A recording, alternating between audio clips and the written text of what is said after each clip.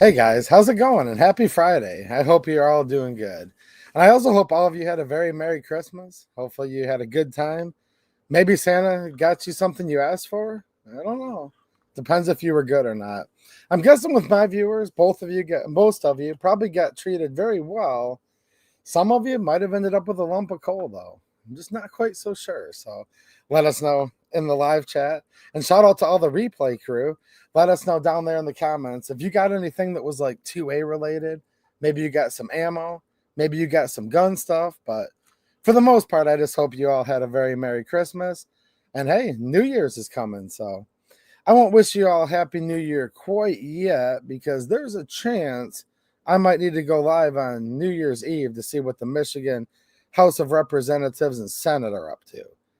Now, the Senate, but especially those Michigan House of Representatives with the Democrats, because I don't know. I explained it on my Christmas Eve stream that I did.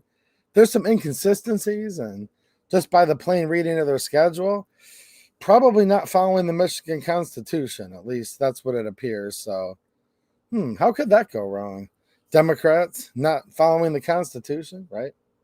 Anyways, we're going to talk about just a little bit of preliminary forecast and some of my ideas about the Second Amendment, whether it be repealing gun control, we can hope. Whether we think there's going to be any more infringements on our natural right to keep and bear arms. Also, a little bit about guns and ammo forecasts. Now, for whoever's watching on YouTube, because we are on YouTube, which is an area that you have to really watch what you say.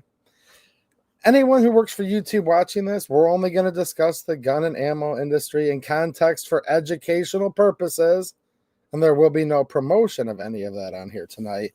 Just talking about stuff in general context, basically like a market analysis and education, right? Shout out to all the YouTube employees who watch these streams that I know for some of you, it's your favorite channel. For some people, maybe not so much.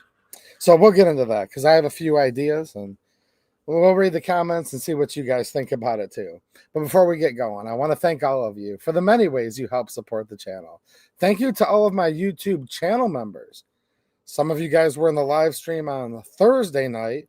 And if you just saw you were gifted a membership out of the blue, make sure you thank our friend QD who gifted like 1 million people. Well, not quite 1 million, but a lot of people channel memberships. So thank you to all of my channel members. Also, thank you to those of you who leave super chats, which if you leave any tonight, as always, I will read those and appreciate any type of support you guys can give. And if you have questions or whatever, I'll definitely read all the super chats. Also, thank you to the Patreon supporters, as well as those of you who are on Locals. Now, Locals is a different site, censorship-free, where we can get into more stuff than we can here on YouTube. I'll just leave it at that right now. We definitely do. And also check out Local's sister company. It rhymes with Fumble. And again, it's a censorship-free site. Also, I'm on X and Myriad Social, which is censorship-free and actually uncensorable because it's on the blockchain. So, and I also want to have a very special thank you to those of you who have left donations, channel sponsorships, because you guys are my sponsors, literally, on Cash App. The link is in the description if you guys are interested. And there's no way for me to like message you back on there, but I really do appreciate all of you who did leave me one. So, where do you guys think we're heading in 2025 for the Second Amendment? Now, as far as the states go, some of your states maybe stay the same. Some of them, unfortunately, might have gotten a little bit worse. But for the most part, maybe some of the borderline swing states maybe a little better this year.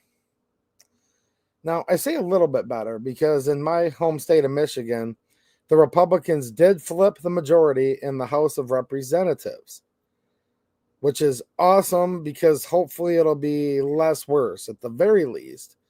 But there's a couple things they can do, actually, like a couple minor things they can do to turn stuff around a little bit.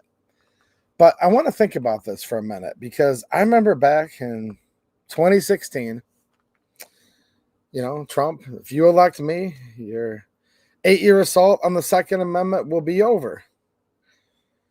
Well, he was president for 4 years. Then the current former vice president, who's currently the commander in chief or the whatever right now, Look, he doesn't know where he is. He doesn't know what's going on.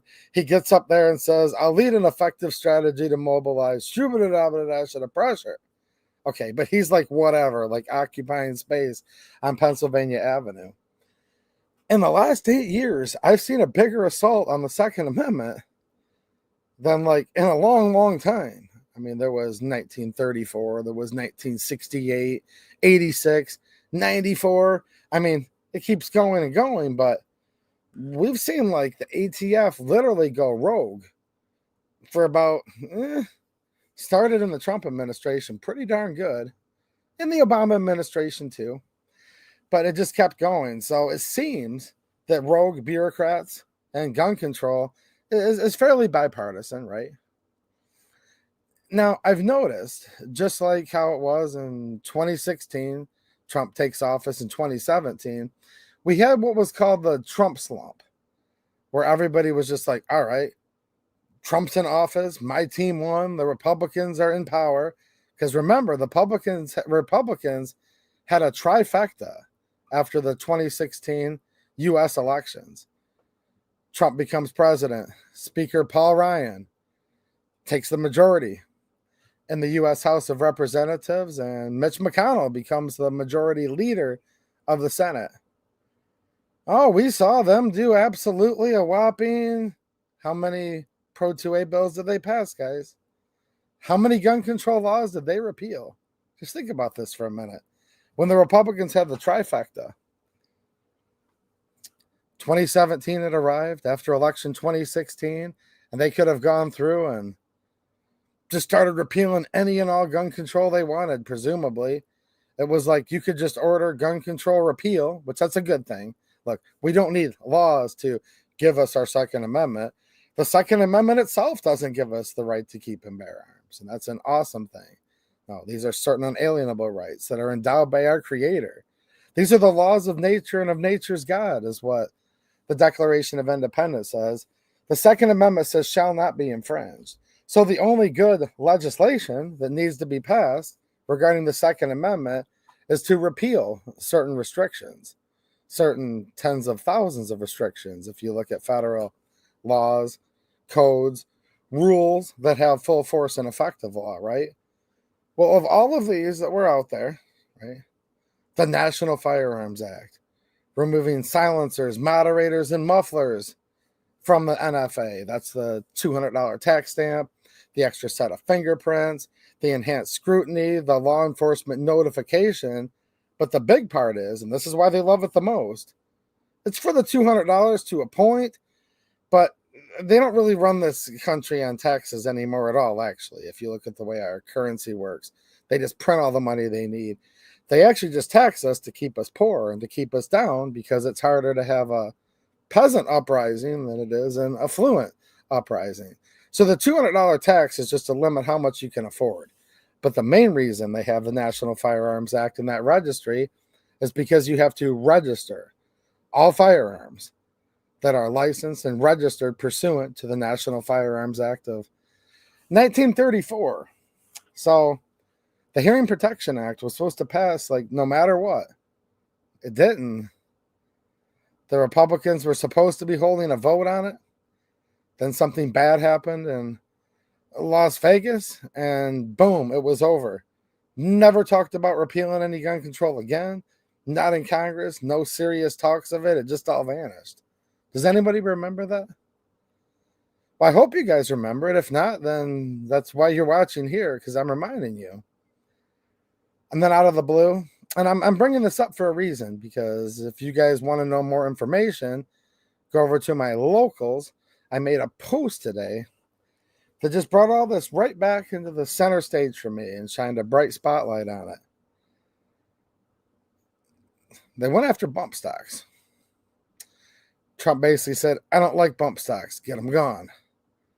The ATF said, but sir, when Obama tried to get rid of them like 6 times, we had to tell him, you can't. They're just not machine guns. They don't operate like one. They don't fit the definition of the law. They don't fit the letter of the law. They don't fit the spirit of the law. Like, they're just not. See, Obama wanted to ban bump stocks like quite a few times, if you look back.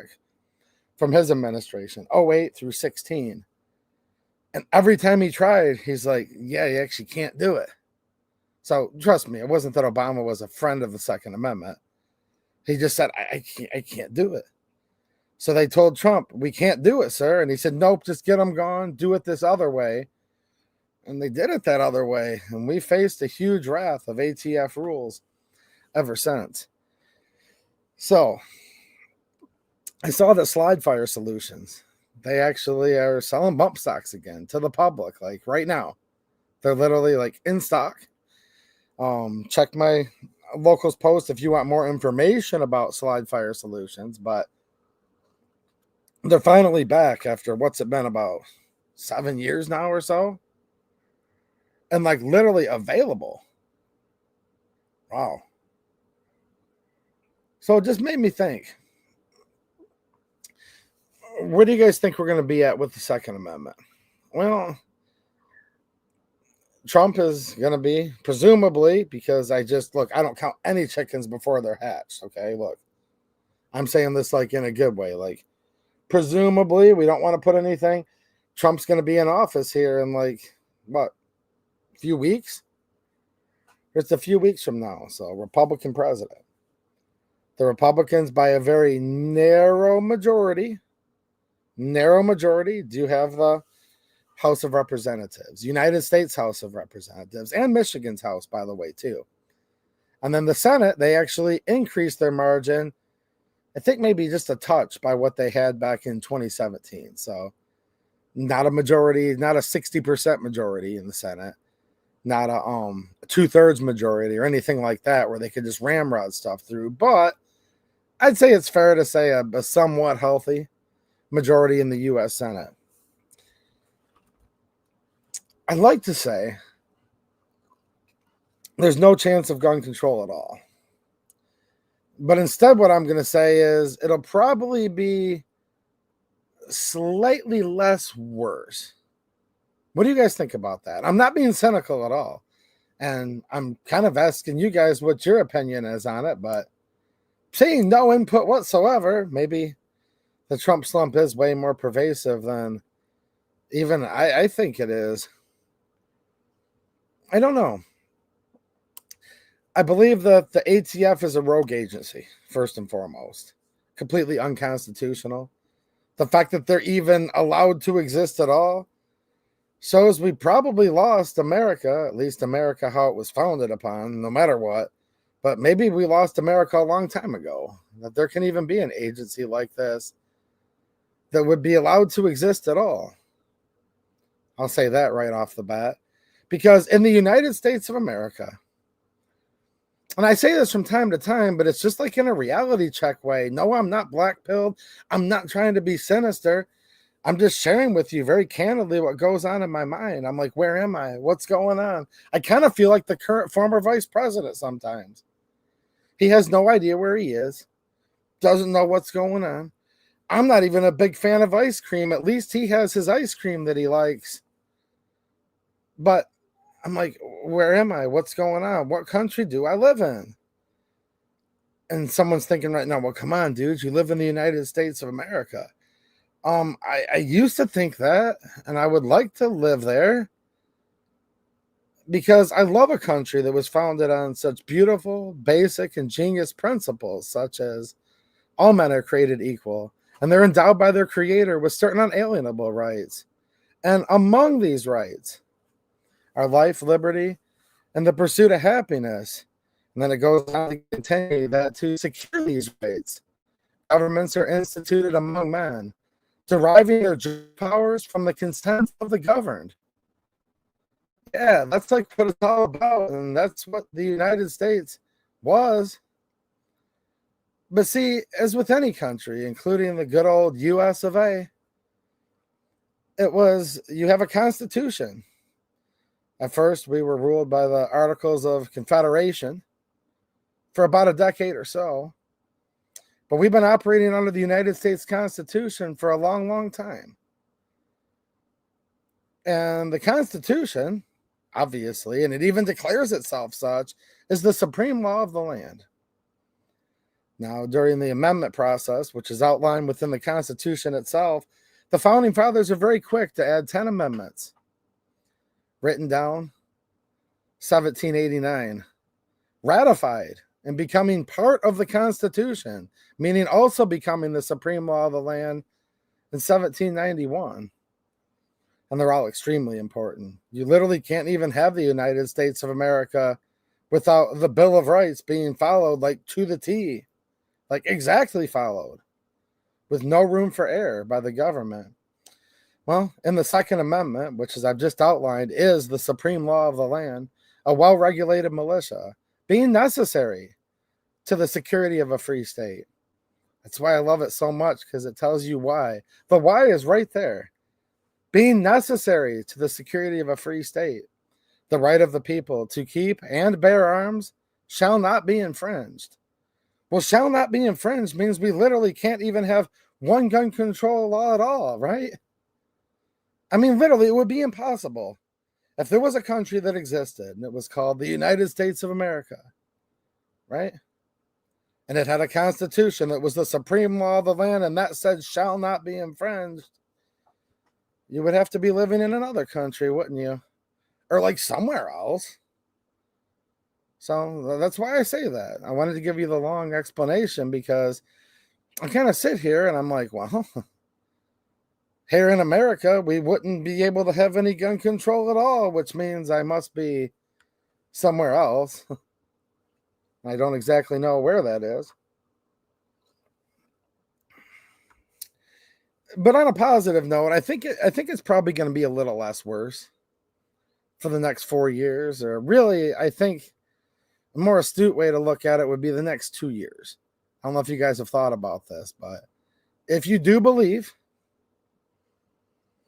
that by electing Trump, your 4-year assault on the Second Amendment is over, if you believe that, or your 8-year, your 16-year, or well, let's just cut straight to the chase, your 90-year assault on the Second Amendment is over.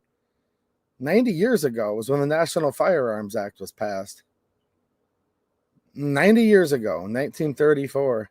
So if you believe now that your 90-year assault, I mean, let's just cut to the chase here, your 90-year assault on the Second Amendment's over, which is fine. You know, if you believe that, I'm just saying, you've really only got about 2 years, not 4. Because I've been listening to some of the political strategists, and it just kind of makes sense to me. Trump's already basically going to be a lame duck president halfway through his term. It's true, because Trump can't run for re-election again. Now, isn't that weird? They just pick and choose those certain parts of it, like, well, this law says you can't do this, so you just can't.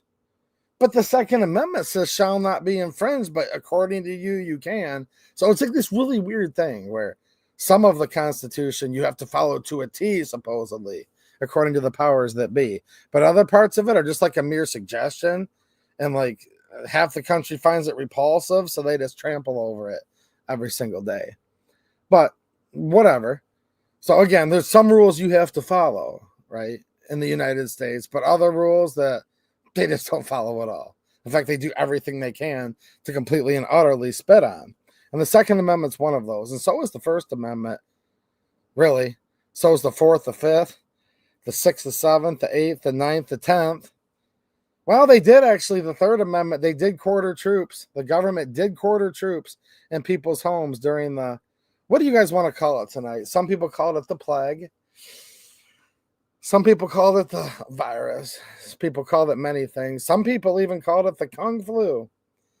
There was a time where there were people that was privately owned, okay, but there were troops. There were troops that were living in off-base apartments, right? You guys know that served, right? Everyone that serves doesn't live on the base. Some people live off-base in town, and they might have a house they live in. They might just rent an apartment from a civilian landlord, right? I've never served, but I understand it to be something like that.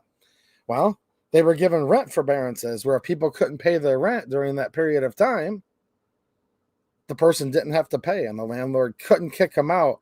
So they actually did violate the Third Amendment by quartering the troops, by quartering soldiers in people's homes against their wishes.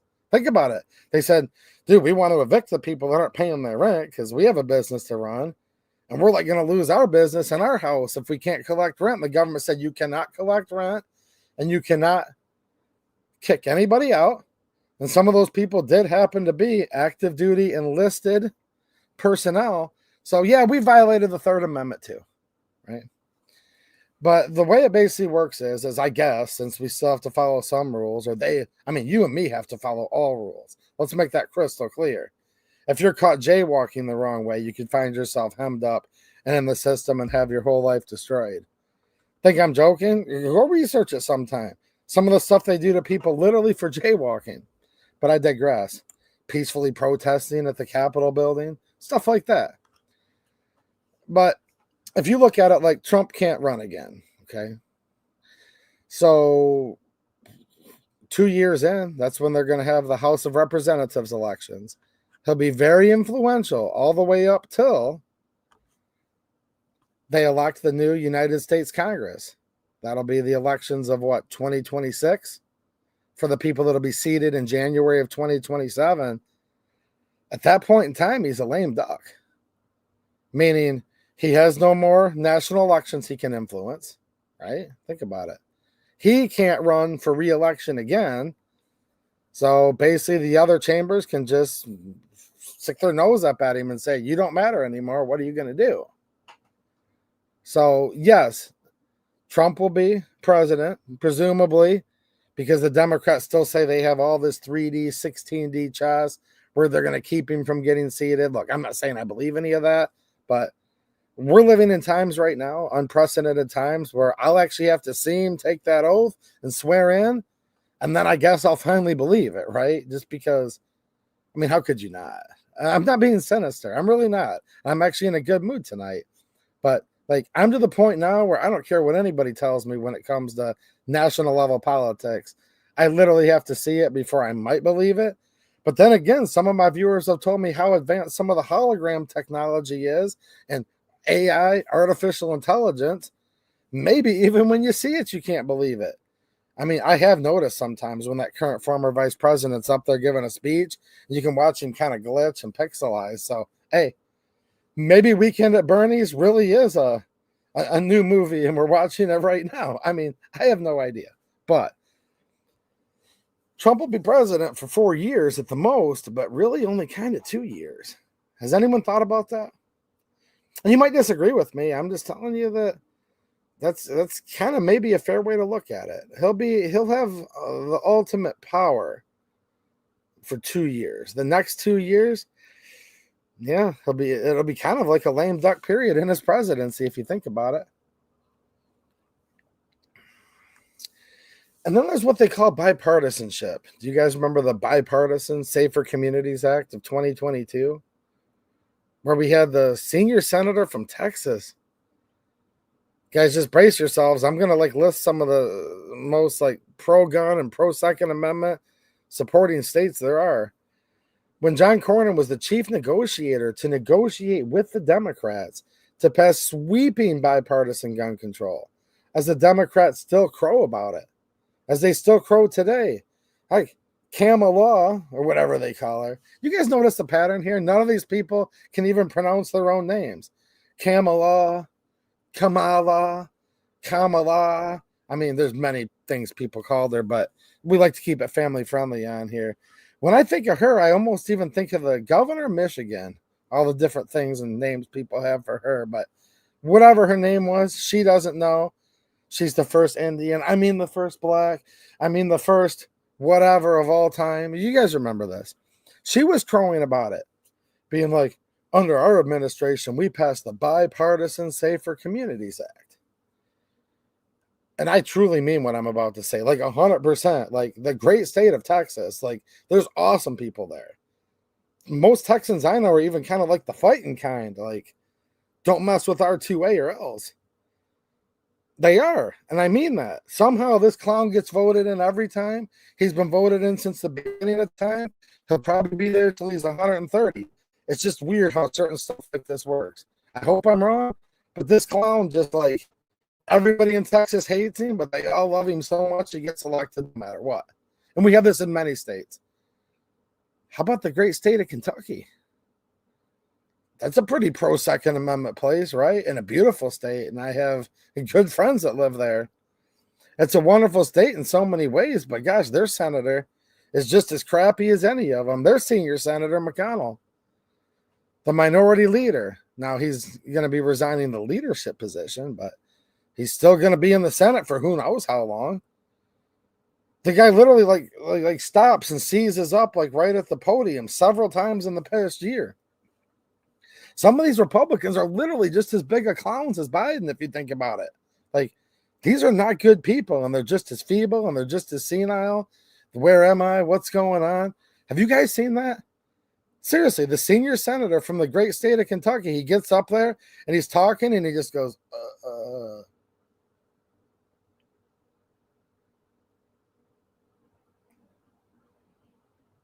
No. My camera didn't glitch. I shortened it a lot. It's actually like 10 times longer than that. He mopped up on it and voted for it. North Carolina, both senators voted for it. I mean, come on. I've been in North Carolina a couple times in the past year. Beautiful place. I posted a picture from the mountains in North Carolina on my community post, my YouTube community tab. Make sure you guys check that out too. That's where I make just, picture posts and whatnot. What a nice place, man. It really is too. Beautiful there. Super nice people there. Both of their Republican senators voted for gun control exactly the same as both of my two Michigan United States senators, Peters and Stabenow. Now Stabenow, she's going home or going wherever. She's like older than dirt too. And Slotkin's coming in. She'll be just as bad, in many ways worse. But dude, you can literally take some of the most key Republican states there are, and one or even in some cases two of the senators voted exactly the same as California, New York, Michigan, New Jersey. Like, take your pick.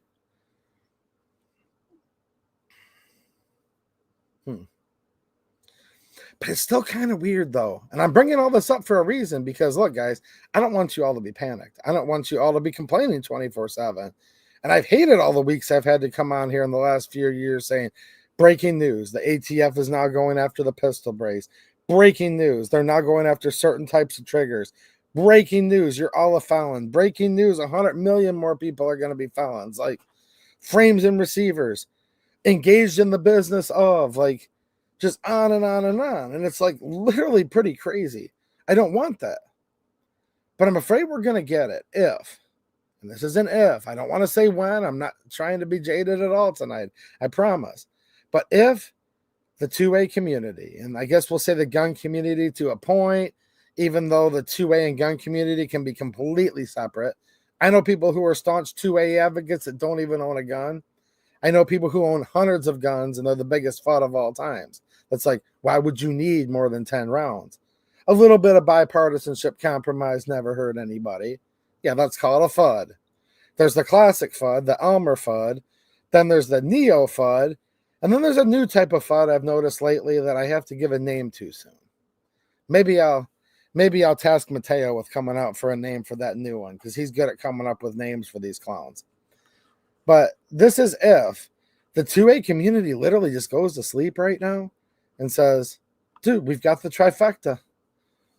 Trump, the U.S. Congress, the U.S. Senate ain't nothing to worry about.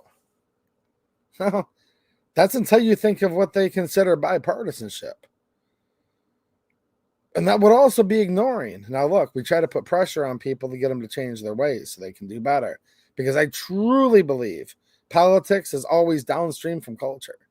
So we're not just complaining right now. I'm trying to talk about solutions and get you all motivated to motivate all your friends and family. I get it. Most people watching this are motivated. That's why I'm lucky to get to hang out with you all.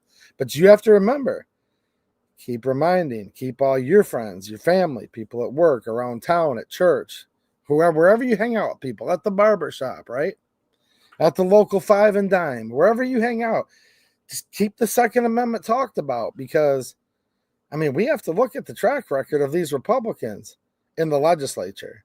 We also have to, and look, we have to do it, guys. Everyone, somehow, somebody gets mad at me every time, but then they get over it and come back. So make sure you guys don't forget to give the channel a thumbs up. Because every time I say this, somebody gets mad, but it's okay. We can still be friends. You also have to look at the track record of Trump. Okay. We have somebody who's brazenly and boldly gone against the Second Amendment several times before. So this whole idea. Now, I've been talking to people in comments online and even around town, and I'm like, all right, we got to watch these people because the ATF's still up to this. This hasn't been resolved yet, or I think they might be moving. And then they look at me and they're like, dude, what's wrong with you? Like, why would you even think about gun control? Like, we're good for 4 years. And I'm like, well, I think it's going to be less worse. I'm very optimistic. I'm very, very glad it didn't go the other way. Trust me. And people hate this too, but it's like, no, there is the lesser of two evils to a point, and stuff can go from worse to even worse than that. So yeah, 100%. I think it's going to be less worse for 4 years. Like, duh, obviously. Just think if Kamala Law would have been elected with Tim AWOLs. Now, they totally lost on all of his woke leftist ideology. And then what does Michigan do?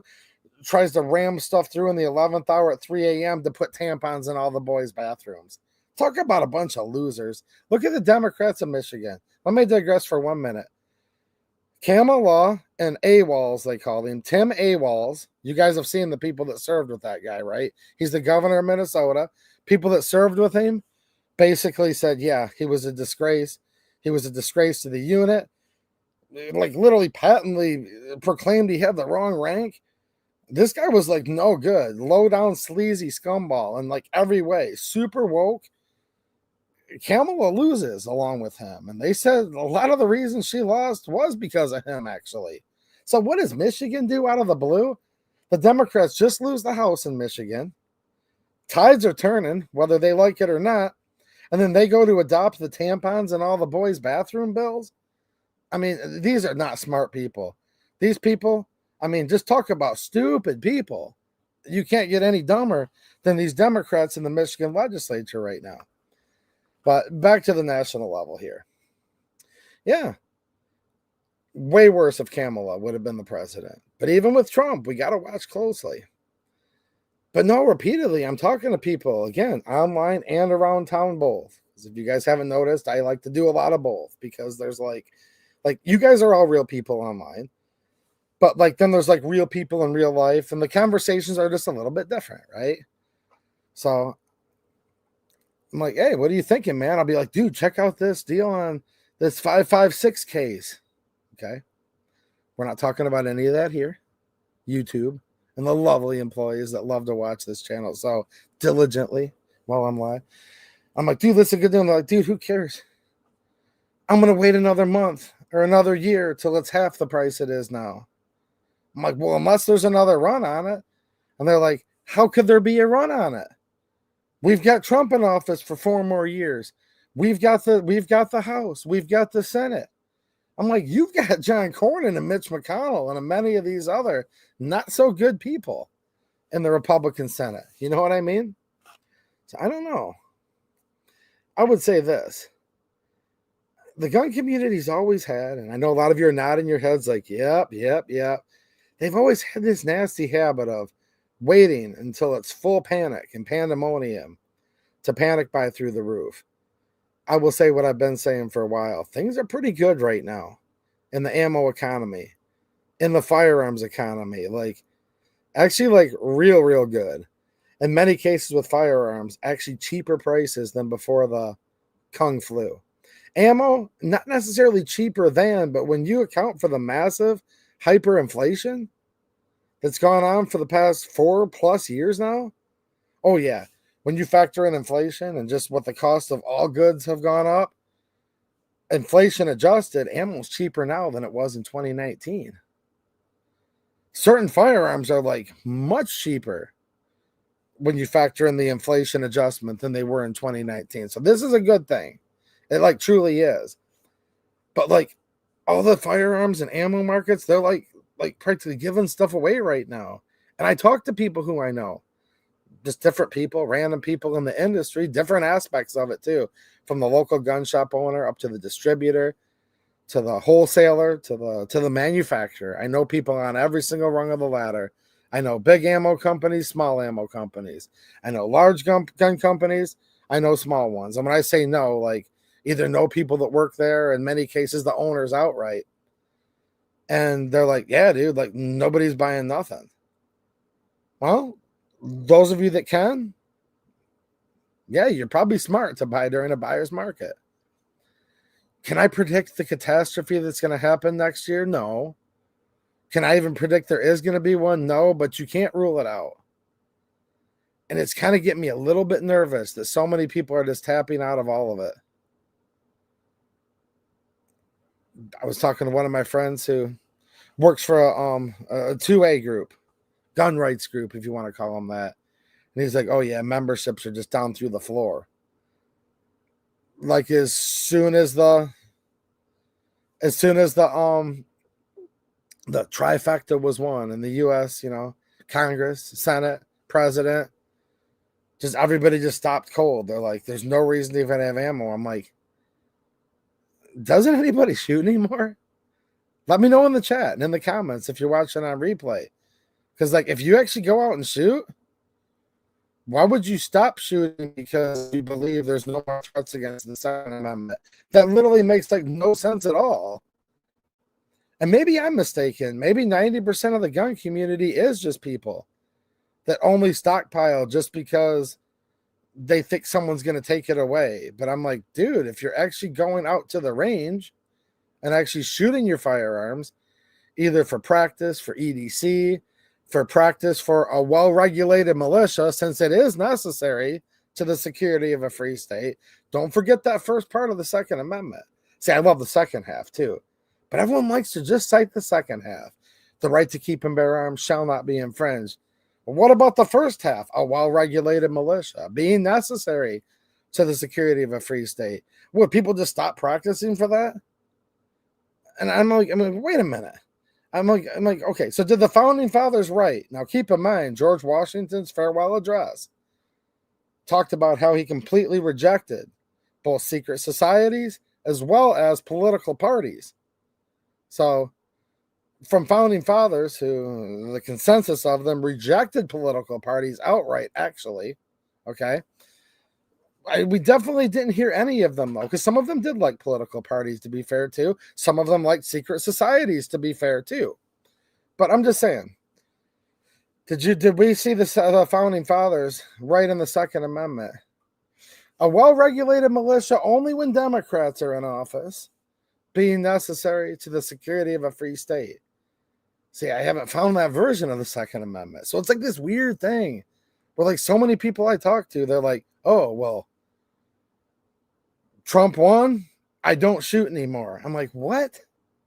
I mean, like, ammo's half the price that it was 3 years ago. I don't shoot anymore. I'm like, well, okay. Now, if it's that you're so broke you can't afford to buy groceries, and that's the reason, that's a totally different reason. And I have had people tell me that too, and I believe them, and that's totally different.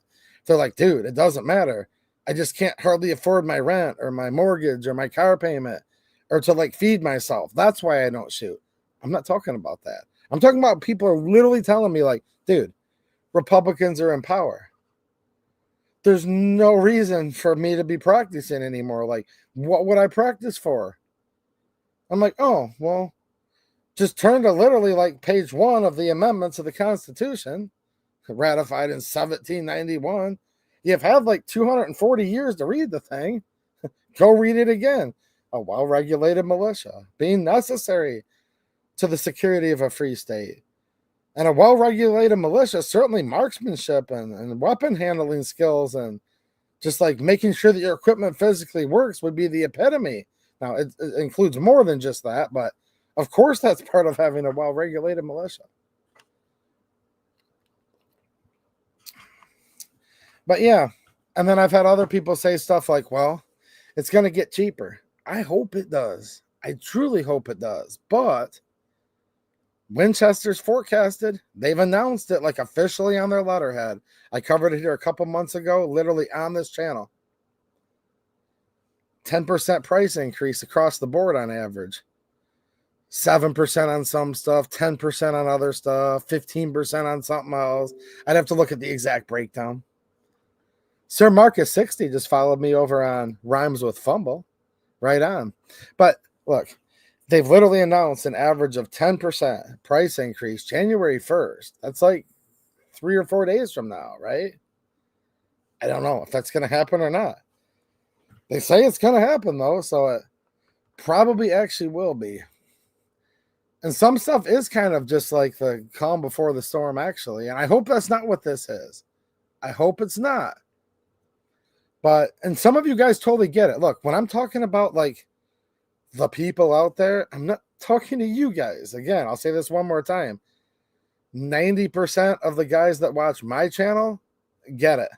Like, totally get it.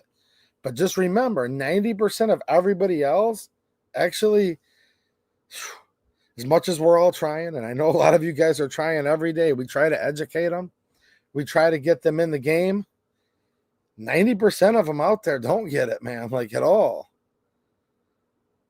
I mean, I was posting like AK and G-Lock, as the younger folks like to call it, mags. And they were like, 600 pennies each, 599 pennies each the other day. And a couple of you guys were like, whoa, those are awesome. And then I literally had somebody tell me, they're like, ooh, that's too much. Is it going to get cheaper? I'm like, cheaper than that? Like, whoa, I don't know. Maybe you'll get lucky and somebody will come up over the hill and pay you to take them, I guess. I'm not sure. I got a couple super chats coming in here, so I want to thank you guys for sponsoring the show tonight. Eggerizer popping in with a 223. All right, well, that's a nice caliber, and that Winchester forecasted, as promised by them in writing, that is going to affect that cartridge, 223 and 556, quite a bit. Hopefully it doesn't, but they're saying they're going to do it. I just have to go by that right now, and they probably will. They're not going to miss that opportunity. He says, wishing everybody a less worse new year. Well, thank you. I appreciate it, man. And no, I want to wish you guys a happy new year. And I truly believe that next year, in certain ways, is going to be less worse. But I get this eerie feeling there might be something like wicked crazy about to happen, too. I'm being serious. Now they're like, it's infecting the birds. And then they said it. Now you have to speak very cryptic on here. Trust me, when I'm not on here, I can speak in like completely fluid sentences. I know my nouns, my pronouns, verbs. I actually have some of the best adverbs you've ever heard. But here you have to kind of like speak in morsels. So they say it, the new it, they say it affects the birds. You guys know what I'm talking about? This is like all over the news right now. Then they said, now it affects the dogs. Now it affects the cats. Now, a few months ago, it was they're eating the dogs. They're eating the cats. Now it's like, ooh, stay away from cat. No eat cat. No eat dog. They're saying watch yourself around the eggs. No raw milk. It has to be pasteurized, if not double, quadruple, ultra pasteurized. They're like literally right as we speak. And we're talking about, well, guns and ammo prices are finally calming down after the whatever it was, the plague, the Kung flu. Now there's this new one, and they're like, oh, watch out for the backyard flock. I mean, go look it up. They haven't put any rules against it yet, but I have a feeling we're right on the verge. Like, we could be on the cusp of like this blowing up, and then YouTube will say, ladies and gentlemen, the new policy is you can't reference the shubidadabadadashada pressure virus. And by the way, the rule is retroactive back for like 2 months. They literally did it with the other one. I'm not even joking whatsoever. So, I don't know, man. Part of me is just sitting here kind of like, man, there's lots of good people out there, which that's good. We need good people. Good people, like just regular, everyday people like me and people like you. That's like all we have. And that's like super important, and that gives me hope. So I'm like, I've got some hope. I think these Republicans in D.C., yeah, they'll most definitely probably be less worse. I mean, the Republicans are always a little less worse, right? 50% of the time, every time, they're a little less worse. So I'm like, man. So I am like totally there. Like, I promise you that. Like, I'm being optimistic. Stuff's cool. I saw Slide Fire literally as bump stocks right now. I'm like, oh, that's the biggest FU to the Republicans. And Trump needed to be put back in his place on that. SCOTUS put him in his place. Now they're for sale. Oh, yeah. So, anyways, I'm like, yeah, things are, yeah. And it's good to be happy, and I totally believe it. But then like the other half of me, tell me I'm not the only one like this. Just let me know in the live chat and in the comments if you're watching on replay. But I'm like, man, it seems like there's something brewing though. There's something brewing up somewhere. I'm not even saying it's necessarily Second Amendment related. I was watching this thing earlier. They're like, has your cat been near any type of fowl or flock? Okay, they don't want you raising your own chickens in your backyard. This has become completely obvious. Hey, hungry people are easy to control. At the end of the day, people think they need all this crap. They think they need their iPhone and iPad made on slave labor. They think they need their Android or their whatever made with a different type of slave. See, that's the difference. Do you want this operating system made with this particular type of slave? Do you want this other one that's made by this other particular type of slave? And then people argue amongst themselves and they justify all of it. And at the end of the day, this is a proven fact. There's more slaves in the world right now than there was in the 1860s in America. And actually, if you truly read the 13th Amendment, literally everybody's a slave unless you purchase your freedom one paycheck at a time by paying taxes, and taxation's theft. But everyone thinks they need all these digital devices. They think they need all this stuff to make them happy. But at the end of the day, when the you-know-what hits the oscillating and rotating device, really people just need to eat. And that reality sets in. I just think it's kind of funny how whatever they might be brewing up right now is going after people's ability to feed themselves out of their own backyard. Oh, I just think about that a lot. Keep in mind, we're also only one mass tragedy happen in a school or happen in a whatever. It could happen by we're going to switch to automotive for a minute. A transmission fluid. You put transmission fluid in the tranny of your truck. You know what I'm talking about? It could be a mass whatever instance from one of those that I think we're going to see getting more and more frequent, by the way. Mass pickup truck. Listen carefully, goes to Susan Wiki. Transmission fluid and mass tranny tragedies with your vehicle transmission. So I don't know, man. Something like that happens, and gun control can just be a snap of fingers away, though. But either way, wishing everybody a less worse New Year. Space Cat Hipster. He's got a loadout going. Nice. Bet you he's still buying ammo and practicing just by the looks of him in that avatar. Thank you for the super chat. I appreciate it. Says, let's loosen those purse strings tonight, folks. Well, I will second that motion. That's actually a good idea. Loosen those purse strings. Heck, the government's stealing 99% of your money anyways. Break off a little bit over here, and I promise you I don't work for the government, so you'll sleep better at night. Denny's plant-based journey, channel member, and a super chat. Well, thank you, Denny. I appreciate it. He says, Merry Christmas and Happy New Year to all. Let's do our part to speak up, encourage others to do right, and take a stand for truth. We can do it.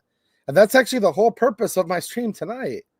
Like, it might sound sinister at first, but you have to mention the bad stuff so you know it's there, so you can come up with a plan to try to overcome, right?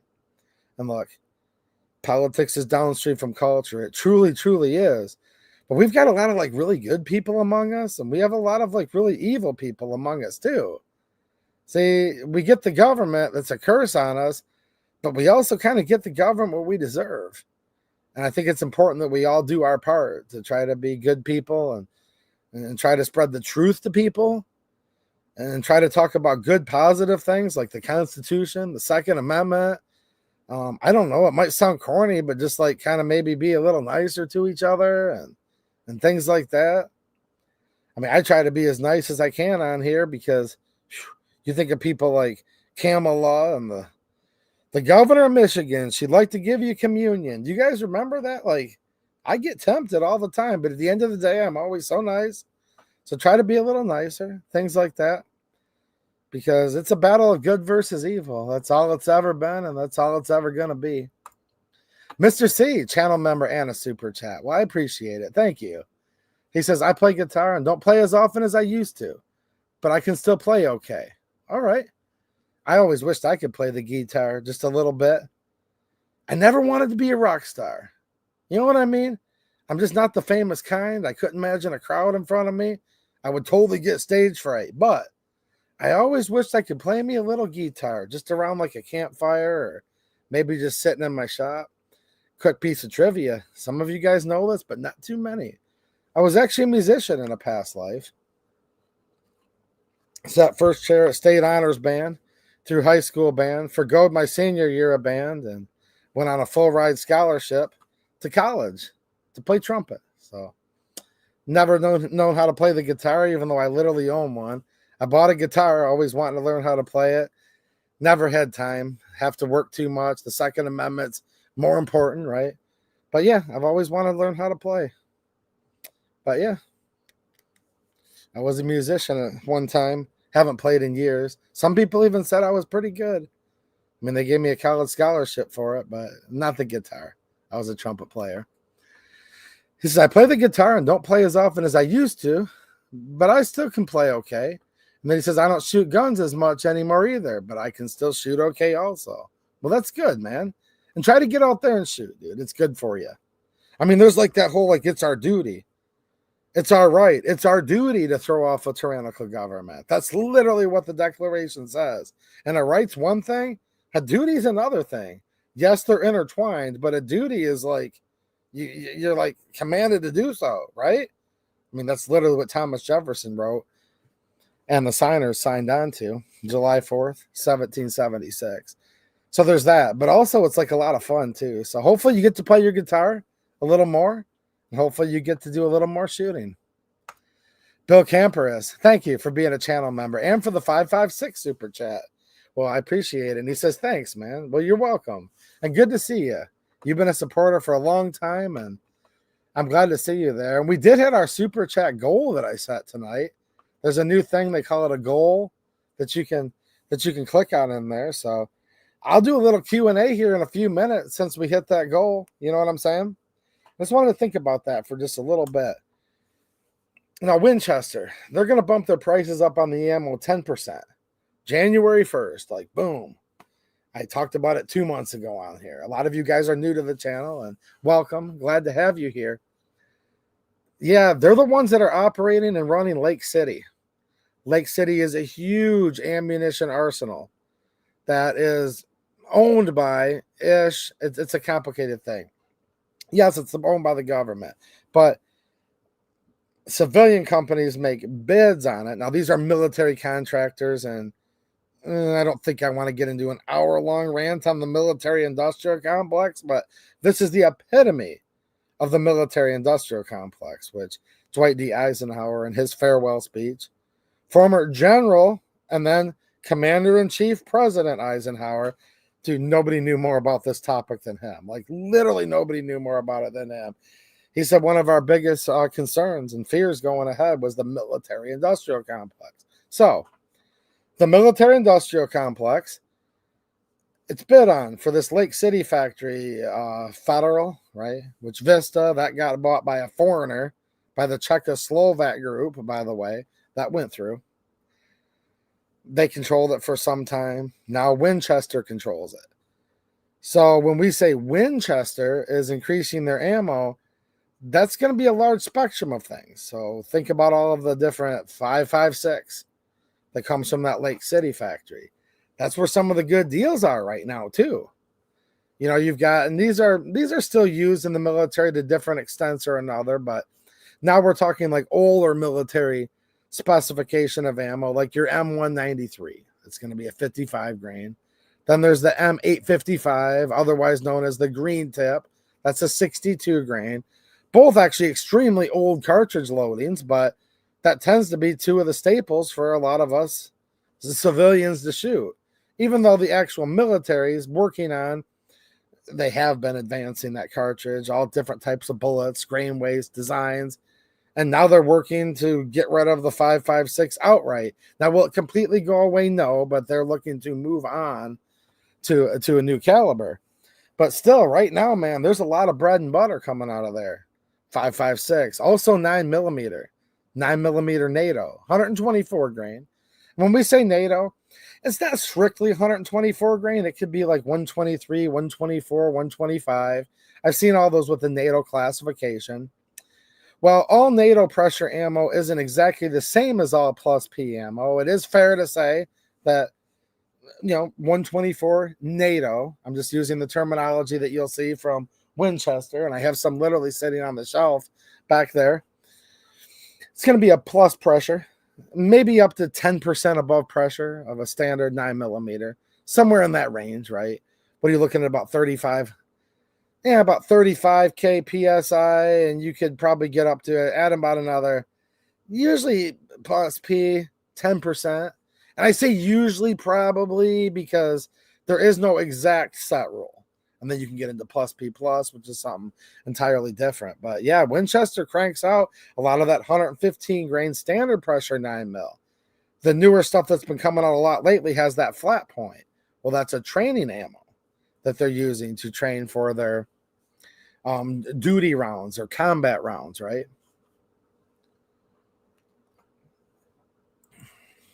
Space Cat Hipster. We need the cheap Russian steel case ammo to get brought back. I know. And the Chinese ammo, too. Let's be fair. Look, if I could ban everything from China, that'd be great. Don't like China. Don't like the CCP. I actually respect them in certain ways, but that doesn't mean I like them. Meaning they are good at what they do, which is stuff I don't like that they're good at. But you guys know what I'm getting at. You have to respect. Now, to respect does not mean like. Don't conflate the two. But you respect, but I don't like. Now, we need the Chinese ammo to come back right now, too. Okay, and that's not because I like China. It's because, look, dude, like, everything we buy is from China, whether we like it or not. And nobody has, like, tons of guilt, like, when they wear clothes or they eat food. You know what I mean? Because even a lot of our food comes from there now. Jeez, oh, Pete. Chop suey is one thing, but, wow, chop suey, fortune cookie, may love you long time. I mean, there's certain things, but at the same time, no. We get everything from China so much, it's just destroyed most of the manufacturing in this country, which I'm not happy about at all. But come on now. Just the ammo and the firearms, with shotguns being exempt. Rifled barreled firearms, to be specific, and ammunition banned from China. No, that's gun control. That's just gun control, period. End of story. So I would add to what you said. We need Russian ammo back now. Here's the thing. Trump, with a stroke of a pen, he could unsign his ban on the Molot firearms. Think like the Vepers. Molot is known for as a RPK manufacturer, amongst many other things in Russia. So Trump could unsign his own ban that he did. Stroke of a pen. He could go back and unsign Barack Hussein Obama's ban of the Kalashnikov concern, which is the Sagas, right? Which, if you looked at the arsenal imports, your SGL series, SGL 21s, SGL 31s, SGL 68s, 31-68, all the different myriad of Sagas that were converted, or you could buy them in the sporter form. They used to come in from Tullytown, Pennsylvania. I may have bought a few of them. I may have bought more than one or two back in the day. I can't remember. But so think about that. And then Trump could unsign the Russian ammo ban. Well, that was basically all that left wasn't banned. With a stroke of a pen, too. Like on day one, like that quick. We could have Russian AKs from two different good manufacturers, like military arsenal manufacturers, as well as cheap ammo just flooding in. He could go back and unsign the Bill Clinton era ban on all the Chinese stuff. That's kind of messed up, isn't it? We need Trump to unsign executive orders that are making us like really hurt on our guns and ammo availability and prices. Good firearms too, by the way. I'm not just saying subpar stuff. Like Russian AKs among the best. Chinese AKs among the best. I would know. I've been into this stuff a long time. So he'd have to unsign Bill Clinton's ban. Then he'd have to unsign Barack Hussein Obama's ban. And then he would have to unsign his own ban. Yeah. And then he would have to unsign the current former vice president's ban. And notice I didn't say act of Congress. I didn't say law, because these were all executive orders that can be just like unsigned like it's nothing. Jay Sardelli brings up a good point. I agree. Ammo will be going up in 2025. Inflation's still an issue. I also noticed that ammo and reloaded components are more available at higher prices. Well, look, I try to help you guys as much as I can on deals for stuff that you might be looking for. Make sure you're checking out that Locals. I post some dandies over there that like literally help you guys a ton. But even with that said, there's two parts of it. There's the whole supply and demand, which we're only one catastrophic pickup truck transmission failure away. Something like that could happen, right? You guys notice that it is the transmissions a lot of times now that are involved in these catastrophic failures and events and mass events. Mass transmission slippage. Dump the old clutch too many times, right? Dump the old clutch. That makes me think of that Camela. But anyways, I want to keep this all above board and family friendly. It's just sad when you think about presidential candidates, your mind like sinfully gets drug into the gutter. This is a shame that these people are even put up on a pedestal at all. But it just takes one of these mass events, right? And all of a sudden we could go into full panic buy. Then stuff can just go right through the roof like it's nothing. But let's hope that doesn't happen. And I'm not the one here predicting it either. I've just kind of been around a while and seen that this happens about every 4 or 5 years, like clockwork. And it's been about 4 or 5 years now. So I'm just kind of sitting there thinking, well, yeah, GM, Tristan C. GM has a transmission recall coming up, apparently, you know. We talk very politely and carefully on this channel, don't we? You guys have got to give me some props on that. How eloquent we are with our words here and how carefully we talk about certain things. We're actually, they're going to commandeer me for Spec Ops. I'm going to be in what they call the unit because they're like 2A EDU knows the code that nobody even knows. But I digress. Even if there isn't any mass like clutch plate shifting and gears grinding and massive pickup truck transmission, mass event tragedy failures, then just look at good old-fashioned inflation. You know what I mean? I mean, you look at a cartridge, it's kind of really complicated actually to make like a good loading and a good cartridge, and everything's like all computerized now. And for the most part, some of you are still sitting over there with the old single stage. Some of you have got what they call the rock chucker, right? Shout out, but look, for the most part, this stuff's just lasers measuring everything's, but it's a science to make good ammo. It truly is. But at the end of the day, we're looking at some raw components. Nitrocellulose. This is just still lurking there, and it's still like a thing, and I hope it never comes to fruition, but like how hasn't it yet? It is still a well-known fact that there's a major nitrocellulose shortage, like in the world. In the world, there's a huge shortage of it, and if it wasn't for the fact that there's just so much buyer fatigue right now, if sales weren't down in the basement right now, I think we may start noticing sooner, or we would have already noticed, I should say, the nitrocellulose shortage. That's actually a real thing. Look it up if you don't believe me. This is on a world level, nitrocellulose shortage. All right, now brass. Brass, that's one of your yellow metals. It's a commodity. It's used for so many different things. They actually even use yellow metals in transmissions. See, this is a car channel too.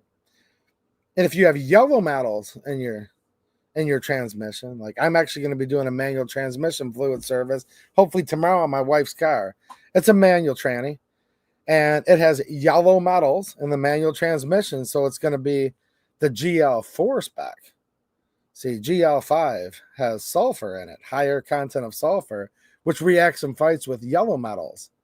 So you want to stick with more. GL5 is good in like your differentials where you've got steel to steel. But yeah, brass is yellow metal, just like in your manual transmission. GL4 spec, see? So lots of brass. Now look at the bullet itself. The bullet could be solid copper. Back to that old yellow metals thing again. That's a commodity. Always has been. Always will be. If every bit of ammo dried up and they never made ammo again, I'm not predicting that. I'm just saying. But even just take ammo totally out of it. Those metals are used for many things, have been for a very, very long time, and the foreseeable future always will be. You may have a bullet that's composed primarily of lead.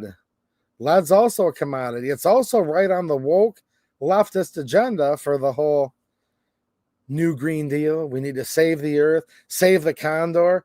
Oh my gosh, the California condor, how sad is that? They just kept shoving more and more lead into these condors just to prove that the lead was the reason that it was killing the California condor. Coming to find out, it actually didn't do anything to the California condor. It was probably the same stuff they put in there to make the frogs get a little bit light in the loafers, if you know what I mean. But yeah, it was some kind of other chemical, but they were shoving. You guys remember these studies? Go look it up if you don't believe me. They were shoving lead into these California condors to where they had so much lead shoved in their gullet, they couldn't even fly in some cases. Some of these birds had so many pounds of lead in them, and they were still testing them and saying, well, actually, the lead isn't even like transferring into their endocrine system and all this. Look, go look it up. I'm not a scientist, but trust me, I'm getting the gist of this correct. But they're still, nonetheless, they're after lead, just wanting to ban it outright. Obama shut down the last lead smelting facility in the United States when he was in office. They don't even make your tire weights out of lead anymore. They're these little stick-on things, and they don't work as good as they used to. Nothing works as good as it used to, does it? Shows we're kind of getting old, right? Listen to this, old curmudgeon. Nothing works as good as it used to. Except for it actually doesn't, though. You know what I mean? The frogs are tutti fruity and they're light in the loafers, and it's probably the same stuff they gave the condor. But no, lead's a commodity. Lead's a metal. Very heavy weight. Now, back to brass or copper. You may have a brass or copper or a combination thereof jacketing. So, yeah, man. And then the price of living keeps going up. They want to raise minimum wage for everybody through the roof. More government regulations, all the labor. Localities taxing people more. The government taxing people more. Yeah, just no matter how you look at it. We'll see what happens with fuel prices. Trump's promised he's going to be dropping fuel prices by a ton. I hope so, because ammo's real heavy to ship, and it cost all of us a lot of money to go to the range. It cost me a lot of gas money just to make it to this shop, trust me. I get it, to do these broadcasts. So yeah, that's the whole part of it. Even if there's no like mass event that causes pandemonium, I don't know how. Well, I do know how it's happening right now. I can literally prove this. There's so much buyer fatigue right now in the market. And most of your friends don't even know this. That's why we're just talking right now. Just so you guys can think about things. That it's keeping prices artificially deflated, in my opinion. Because I'm not watching anything else like jutting down in price anywhere. Are you? I hope they don't kill all these chickens they want to. We might not even be able to afford eggs again soon. I don't know.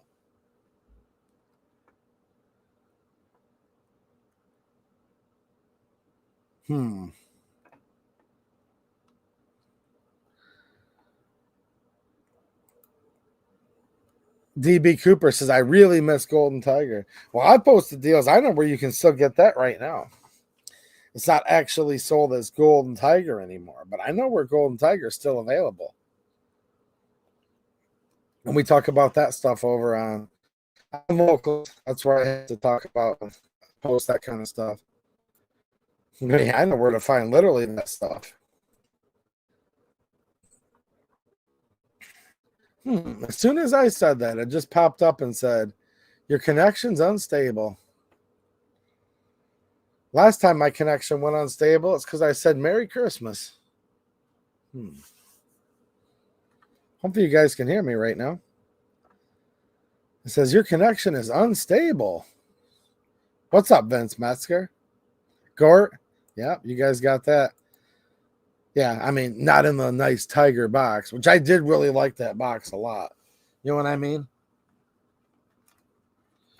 I mean, like, somebody said, does he know? I mean, come on. Which kind of streamer do you know that can literally just pull it out that quick? See? Yeah, I know a thing or two about Golden Tiger. I just impressed myself there, actually. Ammo that's been banned for years. Someone says Golden Tiger. I'm like,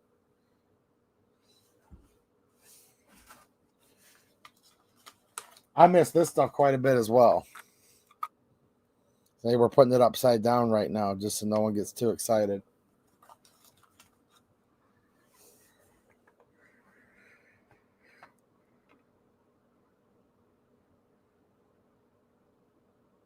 Yeah, you're right, Jane. After January 1st, only cage free, whatever that even means. That's a whole goofy terminology, anyways, but you're right.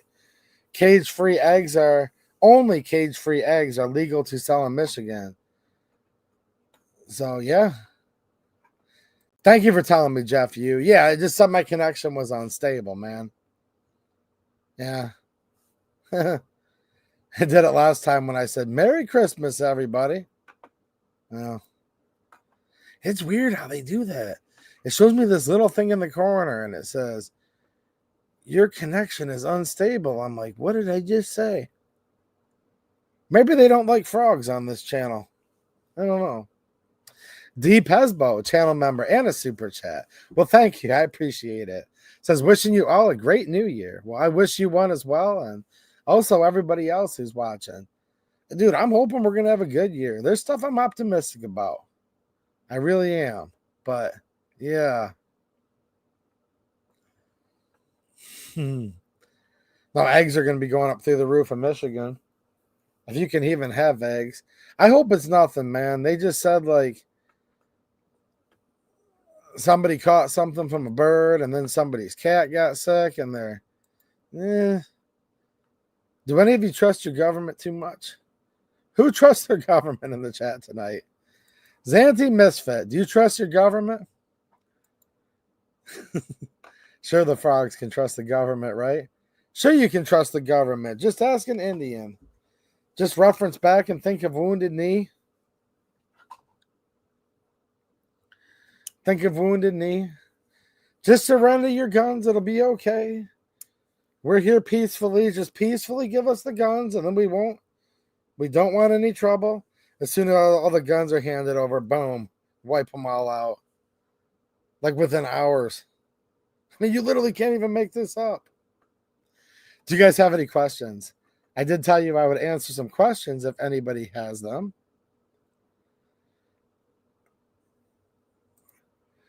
Darren Tygwell says, did Lakeline fix the drop-in for the threaded barrel on the G2C? Well, I did a video about that years ago now. I had quite a few viewers come in. All right.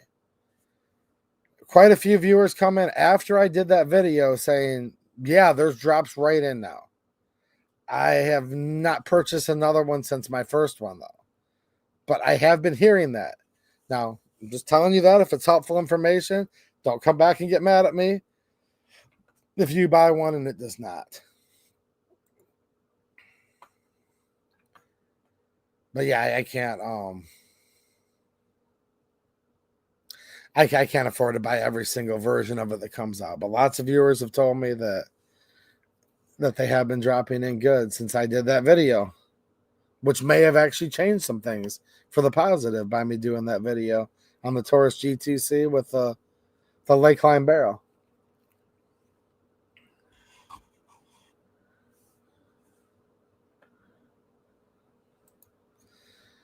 I've never heard of Golden Tiger 300 win.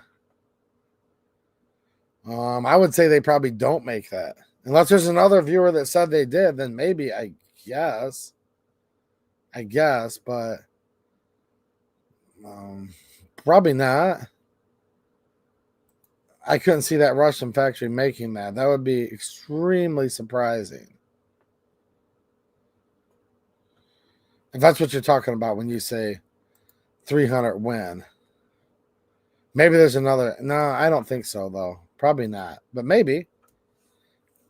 And if somebody has some, let me know. And maybe they do have it.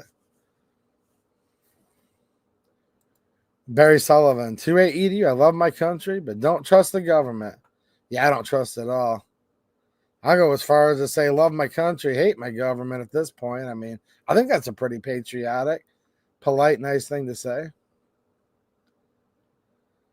Somebody had said something about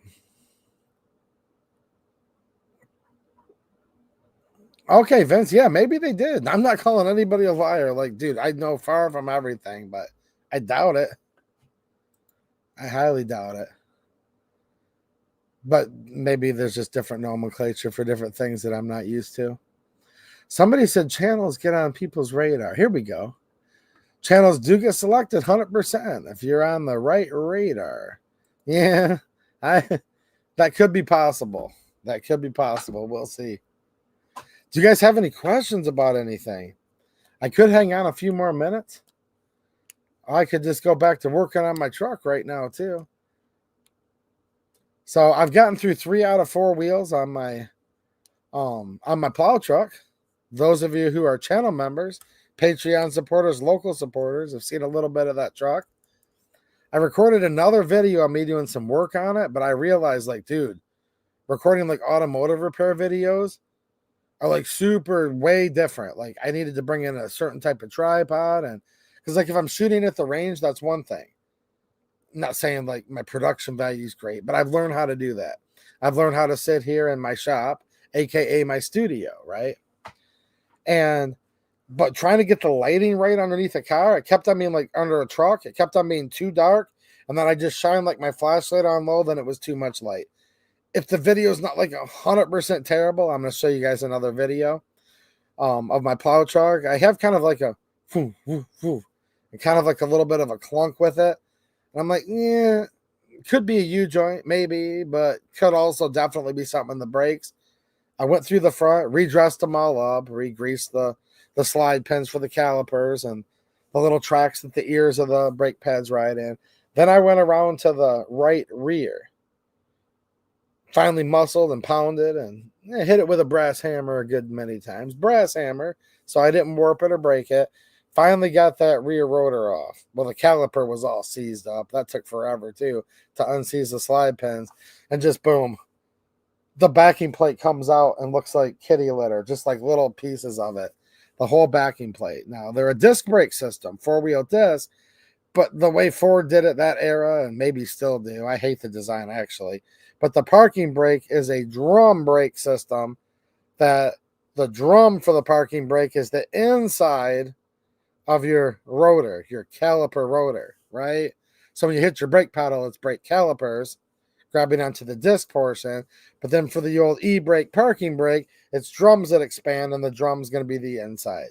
Maybe some of you are familiar. If not, I'm trying to explain it. Oh, yeah. With no backing plate, that's where all of the stuff's connected to. Adjuster falls out first. Springs just falling out. Not even like the oinga boingo like they do, but literally like the whole backing plate, which is where you use what's called like your nails, and then you got your little springs and the little cups, and connects it all. Yeah, that's like literally what hosts a drum brake system is, the old backing plate. It completely rotted out. So I had components, including the shoes all sideways, like making drag. You know what I'm saying? Making some drag on the inside and making a bunch of grinding noises. That was in the right rear. Just disabled all of it. I didn't disable like where the actual cable comes through, because maybe I want to get a new backing plate and install them later. And that part wasn't causing any issues, but all the rest of it just fell down on the ground. So that's what I was working on earlier. And I still have the left rear to go through, and there's probably something going on there. What's happening, JR? I hope you like that P38, man. And thanks for thinking about the channel and using my links. I did appreciate that. See, this guy, financial sponsor with no money out of his pocket.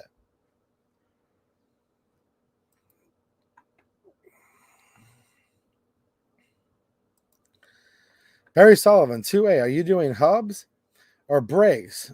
Under the head of rotor is parking. Yeah, so, well, it's the rotor, right? It's like all one piece. It's the rotor. Now, like on my F350, it does serve as like a hub and rotor. Now, I don't know if we're using different terminologies. For me, for it to be a hub, that's where the bearing has to reside. There's press-in bearings. There's fully assembled hub bearing assemblies. There's just like loose, like friction fit bearings where you pound the races and stuff in, where the bearing, the race has to be driven in. So there's different types, but to me, regardless of how it's put together, a hub has to house some type of bearing. That's just how I look at it. So it's not so yeah. Are you doing hubs or brakes? So brakes under the hat of the rotor is the parking brake. Sure. That's probably the way I would describe that. Somebody asked me a minute ago. Vince said, "What's your opinion on M67 762 by 39 brass case?" Yeah, I've talked about that a ton before on those live streams and the different deals I've shared for it. I'm a big fan. You can buy surplus stuff that's like mildly corrosive primers. That stuff's just fine. There's also new stuff, basically the Balom ammo, the Igman ammo, places that not coincidentally are from the former Yugoslavia bloc. And it says my connection's unstable, so maybe Vince heard me, maybe he didn't.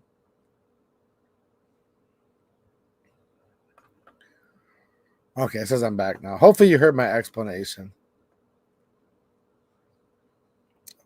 My new truck's got a well, it's my new to me truck. It's a 2010, so it's an old truck by most people's standards. Yeah, that's a 4-wheel drive F250. It has the but anyways, Vince, huge fan if you didn't hear me earlier of the M67. The old production and the new production. But anyways, the 250 has a Dana 60 in the front for the front differential, Dana 60 axle. It's got the old school style, axle joints, wheel joints, right? U joints right there behind the wheel. Passenger driver's side just got the little short shaft, and then because the differential's offset over to the driver's side, long shaft over to the wheel joint on the passenger side over there. And then in the rear, it's got the old Sterling. Oh gosh, is it a 10 and a quarter or 10 and a half on that truck? I'm not sure. I've just had the truck for a little while. My F350 stake truck. It's a dually, and it's got a Dana 80 in the back of it, and it's a just a 2-wheel drive. But on the front, with it being a 2-wheel drive, your rotor is also going to act as a rotor / hub, because the front wheel bearing does live inside that rotor. Mike McLuhan brings up a good thing. Okay. Yes. He says we used to just get the backing plate assemblies complete from Ford. It was the same price as buying the components separately. And there is some there to that. I know Dorman also makes a loaded backing plate where everything's already installed. You still got those 4 bolts coming through the back though, right? That you have to get off. And those are going to be seized up on this truck because it's extremely rusty to get that backing plate on. But I could probably do it. Dude, those induction heaters are awesome, by the way. I attempted to record it for you guys last night, and the videography is probably going to suck, but I'll try to put it out if it's not like an insult to you to watch it.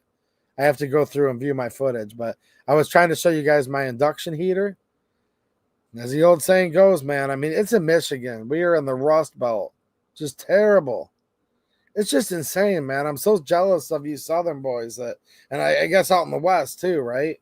Certain parts of the West and the South where you can have like a 14-year-old truck and like the bolts actually still look like bolts. It's like, well, what size is it? It used to be a 21 millimeter.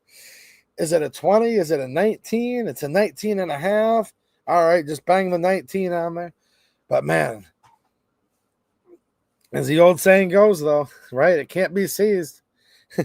It can't be seized if it's liquid. So you just keep getting it hotter and hotter and hotter. But man, an induction heater, whew, that'll heat up a bolt so hot, so fast.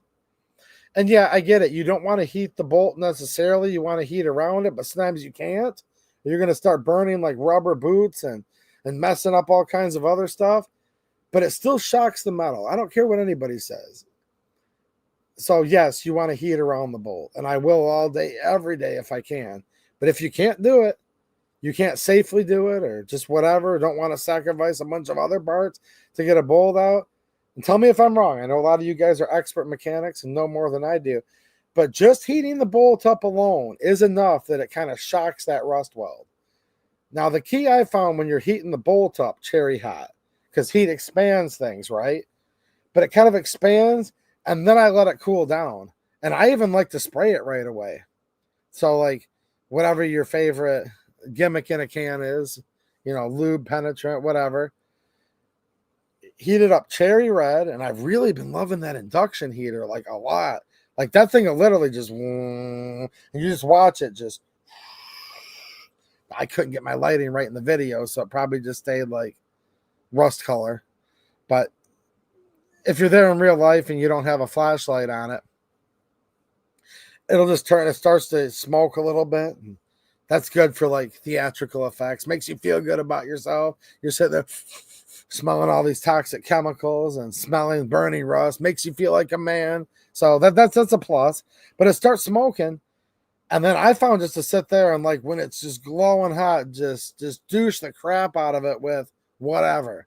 Not Croyle. Look, Croyle's awesome. Don't even tell me that stuff's like $20 a can. I can't afford it. So just shh. And it smokes and it steams. And like I said, it makes you feel like a man because you smell like burning automotive fluids. And women are attracted to that. So there is some extra pluses. But at the end of the day, it'll shrink back down when it cools. But the effect of it expanding and then like contracting, I believe does break that rust weld. What do you guys think? What do you guys think? Now, if I can get at it with a fire wrench, otherwise known as a torch, I will definitely try to clean, like, say the knuckles, what houses the female threads. You want to really heat around it to expand the metal around the bolt. But sometimes you can only heat the bolt. So I get it fiery red, and I believe that it breaks that rust bond.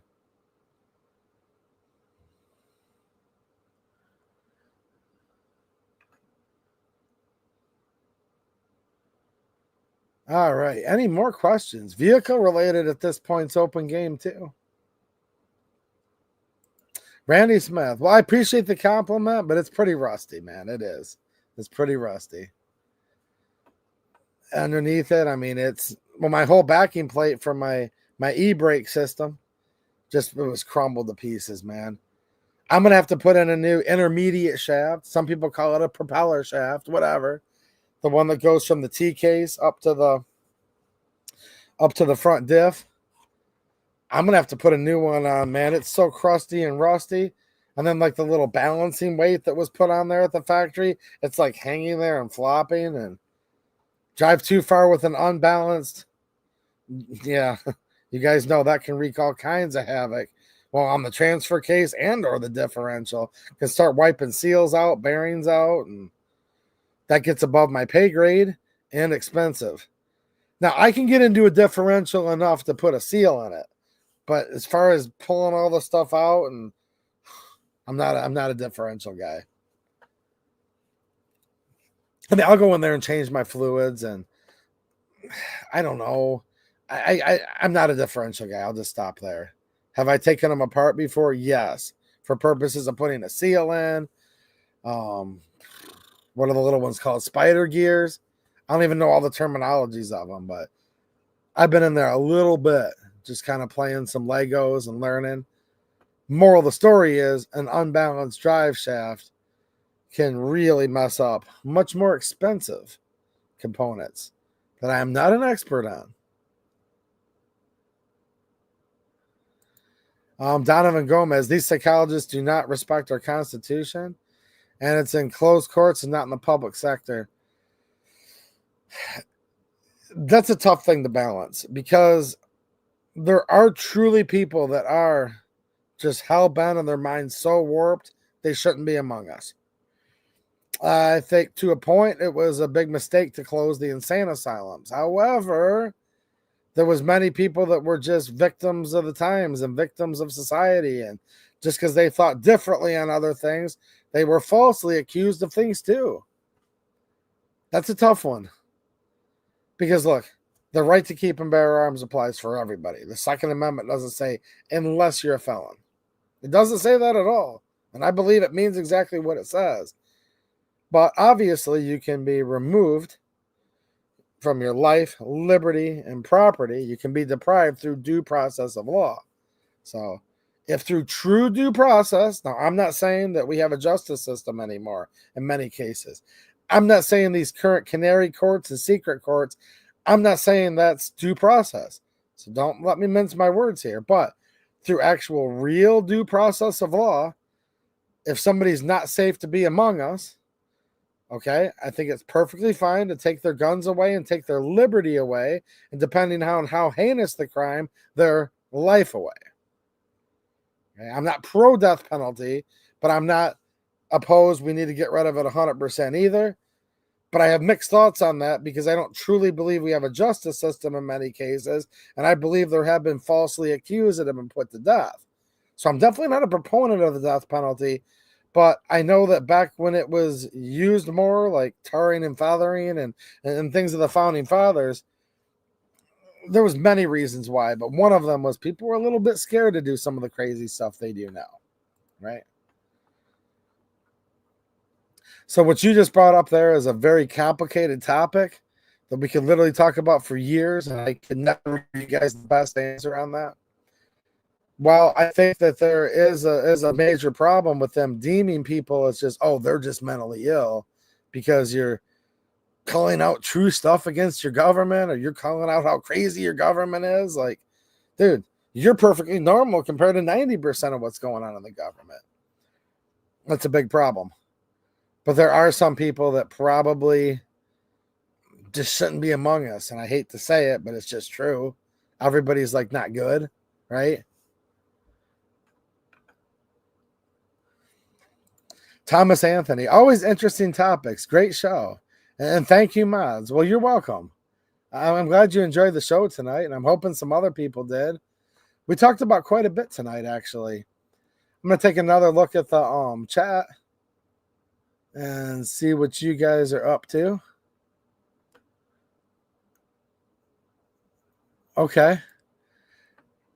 Akio, look, I'm not good at pronouncing, but Akio T9 says, I just did the coils on my Mustang and the setup and build for it. It's fantastic. Well, nice. That's awesome. You know what I'm doing tomorrow? I'm replacing a set of quick struts that I put on my wife's Mazda 2 about exactly a year ago. One of the bearing plates is binding, and it gives you the when you do the hard right turn, it'll get to a certain point and do the whole boing. Well, the way it works is they were special order struts, but they are lifetime warranty, so I had to repurchase 2 more of the same. I'm going to have to R&R the 2 old ones that, by the way, like the paint's still perfect on them. The driver's side one, no issues. It's just the right one, it's binding on her. When you turn the wheel, you're supposed to turn. You know what I'm saying? But since the strut mount portion, if you will, of the sheet metal under the hood, the unibody, whatever you want to call it, your strut tower, it's just sheet metal is what it is. Like 2 layers of sheet metal that's somewhat gusseted with a couple holes sticking through it, a few holes. Yeah, that stays fixed. The bottom part where it's attached to the old steering knuckle pivots. So there has to be some sort of bearing, whether it's ball bearings or 2 like plates that I've seen a couple different styles before. Yeah. Well, if it can't pivot freely enough, it just keeps binding. And then when the steering rack can finally overcome it, it all of a sudden releases and goes, dong. You guys ever been there before? So I have to replace those and then put the old ones back in the box, and then I'll be able to get my money back. So it's like I have to tie up a few $100 in the meantime, but the parts will end up getting free. But then like I have to do my labor again twice, so I'm not exactly happy. But I can't afford to go to the Mazda dealership and buy OEM struts either, because they're like super, super expensive. And I didn't buy like super crappy off-brand either. I kind of went somewhere in the middle, but it just happens, I guess. I don't know. Stuff like that can happen. So I'm going to be doing some spring coil work, if you will, a little bit, right? Via the quick struts. What's happening, Bill Alexander? He says, great topic and stream. Happy New Year to all the 2A Patriots. See you next year. Well, I might have to pop on here on New Year's Eve, but I can't promise that yet. I just have to see what happens.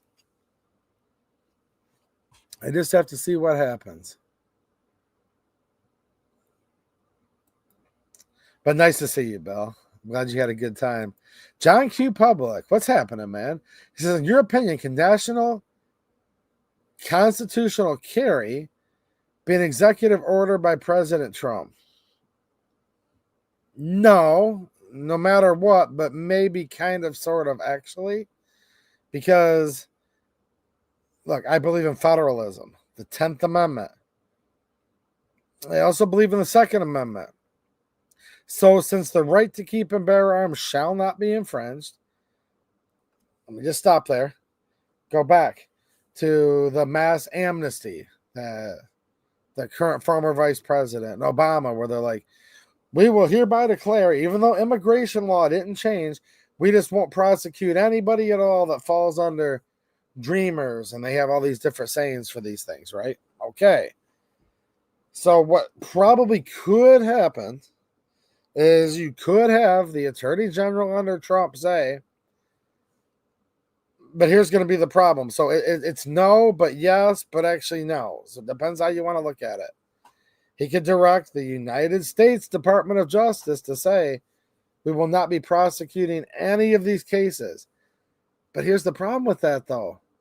When it comes to concealed carry permit violation, the federal government already has, I don't like to use the word constitutional carry, but you don't have to have a concealed carry license on the federal level. So now we're talking back to the states again. So really, no, he can't. Not constitutionally. But then again, it's a big conundrum because none of the states can require permits constitutionally. I think you know what I'm getting at, right? So if you accept the premise of, and I hate doing this, I just have to put this in context or we go into circles all night. If you look at, there cannot be one gun control in this whole country, and concealed carry permits are completely against the Constitution. Okay? We shouldn't even be talking about this. But yet here we are, where all these states have all of these permits. It would be probably a big overreach of federal power that would bite us later. Because yes, he is just going back and remanding to the states, you must follow the Constitution. The other side will look at it as, you see what I'm saying with this? They will look at it as, well, no, that was a big overreach. He just commanded all of the states that they can't make their own laws anymore. Democrat comes in office in 4 more years, and they're like, based on the Trump precedent, now we come in and you're not allowed to homeschool your kids anymore in the 50 states. You can't do. So you got to think one step ahead. It could lead to a bunch of catastrophe. But my initial answer is, yeah, the Constitution says shall not be infringed. And every state that has any law are criminals, and they're violating the United States Constitution. Maybe a new civil war would actually maybe be the best way to solve it once and for all. I don't want one. I'm not calling for one. I'm just saying that could or may not resolve it. It may make things worse. That's an option. Maybe a Supreme Court decision might be a better option. I just know where that whole like stuff will get flipped around. It's a really weird, it's a really interesting thing.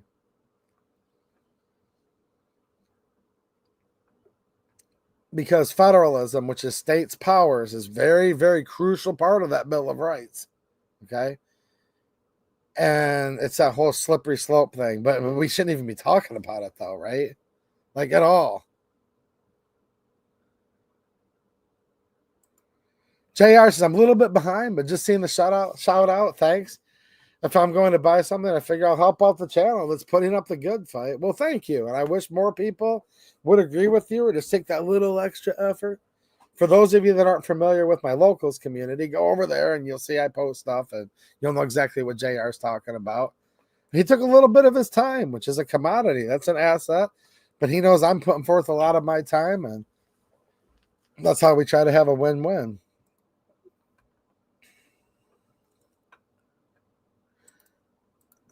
What's happening, Jane? Yeah, that's what I'm saying. No concealed carry law is constitutional. I know. Follow Bruin. Yeah, I know. We need to be following Marbury v. Madison, 1803. It's just we're literally in like a really messed up conundrum right now. It's very circular. P38 Wilbur. Anyone else pop off their shotgun on New Year's Eve? Heck yeah. Heck yeah, of course I do. I'm an American or wherever I live because I don't know where I'm at. Like I said when I started this stream, but The little bit of that America's left. Oh yeah, I love to pop a shotgun off on New Year's. Like literally like 12 blasts right at midnight. You know what I mean? In the air, everything.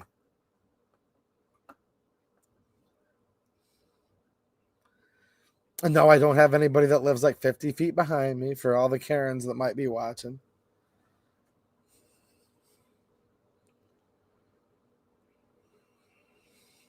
Okay, Tristan sees saying the president is the executive of the government, has remarkable latitude in executive orders and what he may apply them to. CC reciprocity is not outside his reach. Hey, deals with a protected right interstate commerce. Oh, I know. You know what I meant. You know what I was saying, though. It shouldn't even be an issue like at all. Not whatsoever. I brought up the old what the other side's reaction will be. Does Trump have enough people behind him? I mean, this could be a circular thing all night long. Do you agree or disagree, Tristan, that Trump had the authority? Okay. Because look, the president doesn't have rights. There are no state rights. Okay. These are powers. The only people that have rights are people. But did President Trump have the power to ban bump stocks in the manner he did, in your opinion? I say no.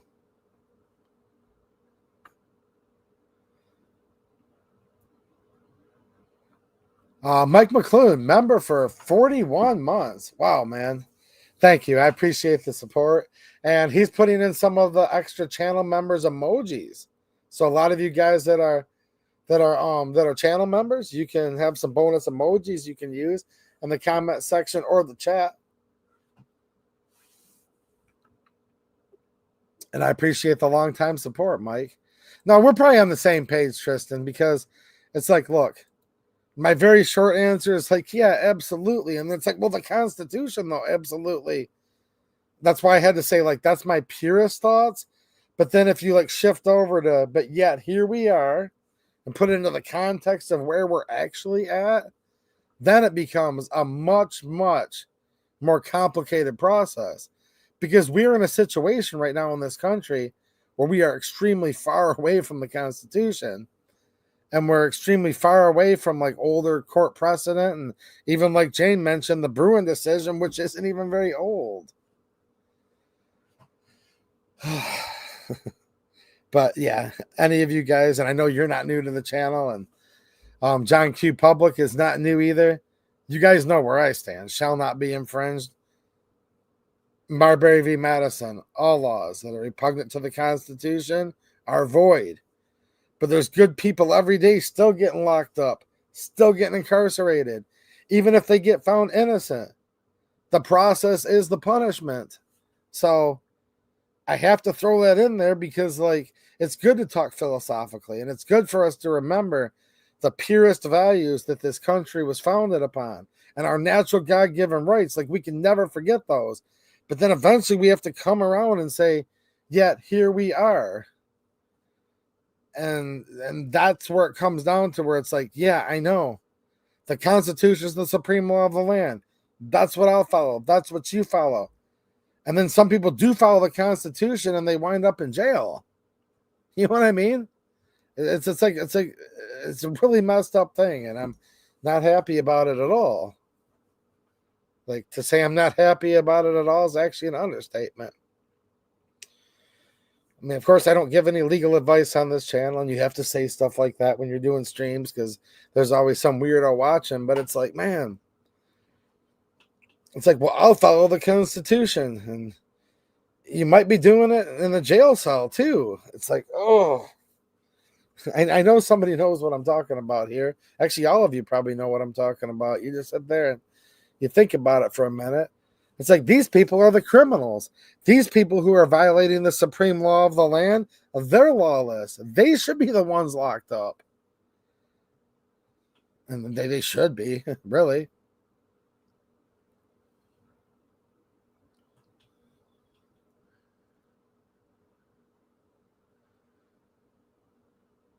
Yeah, I mean, I agree. Yeah, that would just be an affirmation of shall not be infringed.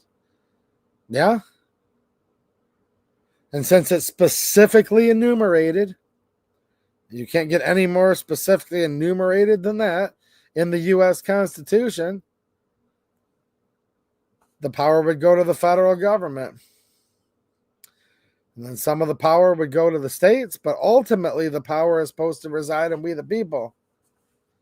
Yet we find ourselves like pretty much powerless unless a whole bunch of people actually get together on something.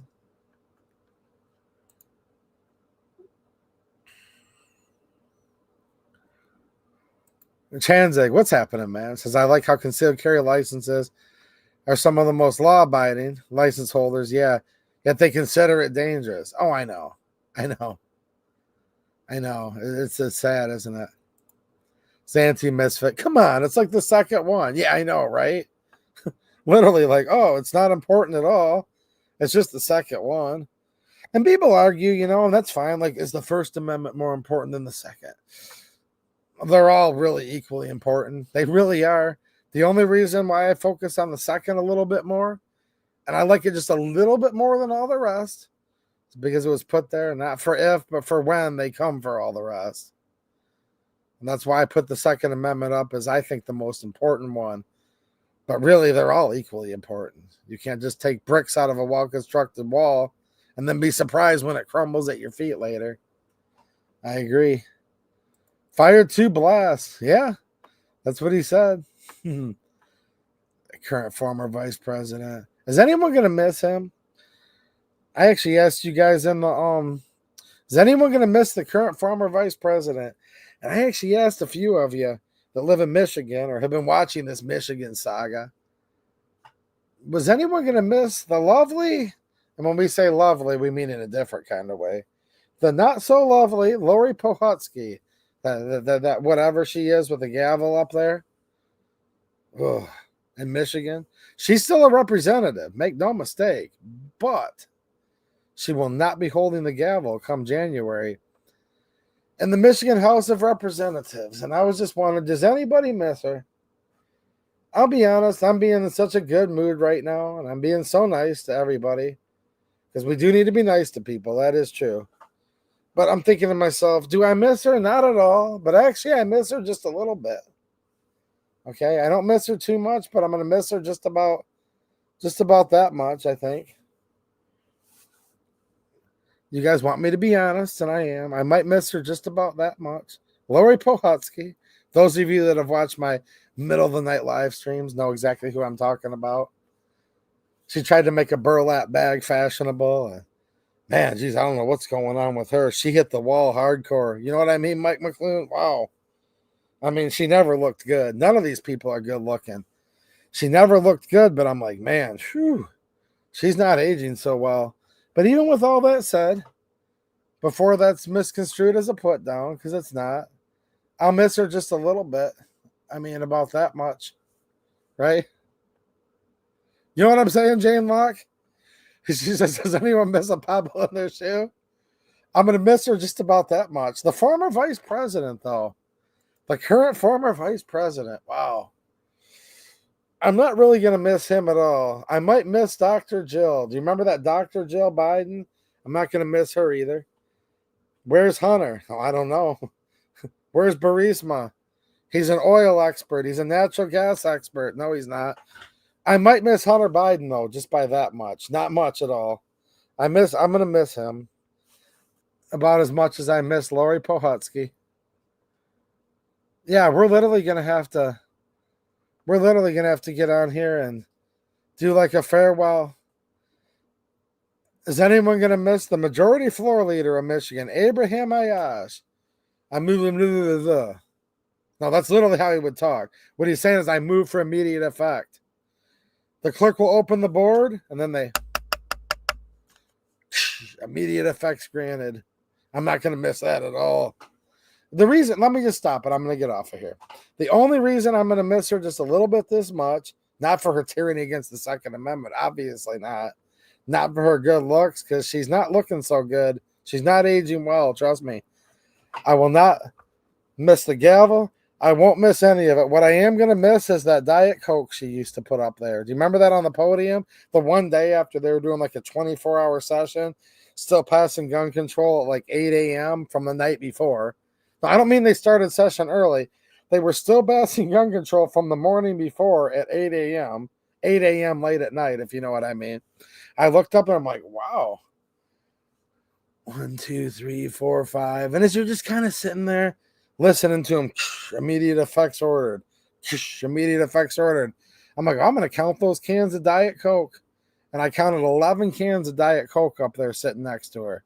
So with that said, I'm going to miss her just about that much. I think you guys can understand that at the very least, right? What's up, Richard Denny? What's up, Robert Chase? What do you think, Dale? Probably loaded with rum. Dale, you're going to miss her just this much, right? Like, and for those of you listening, my fingers are almost touching. I mean,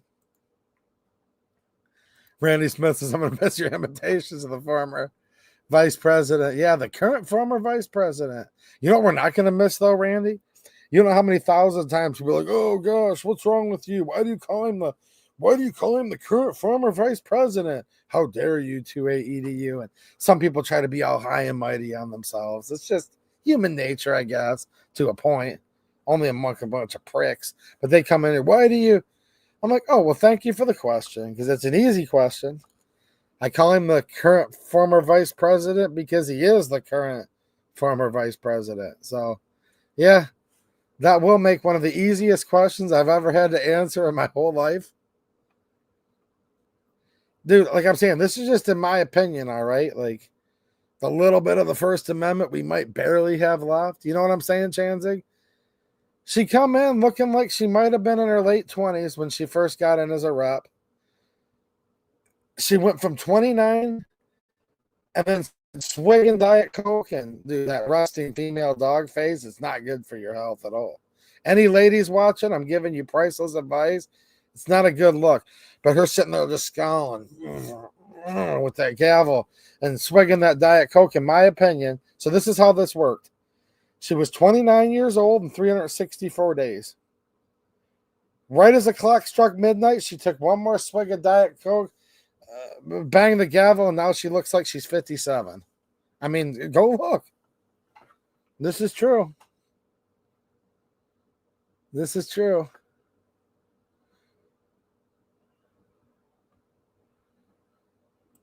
It shouldn't be considered concealed, John Q. Public, but even if it was concealed, that shouldn't be a crime.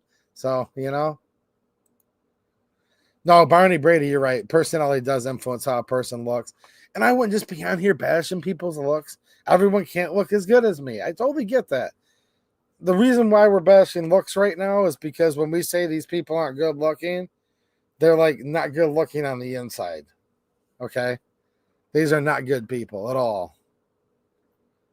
Because you're 100% right. And if I didn't make that obvious, then I do want to thank you for the opportunity to clarify. These are not good looking people on the inside or the out. You know what I mean, Chanzig? The clock struck midnight. She was 29. Boom, she was 57. I mean, it happened quick.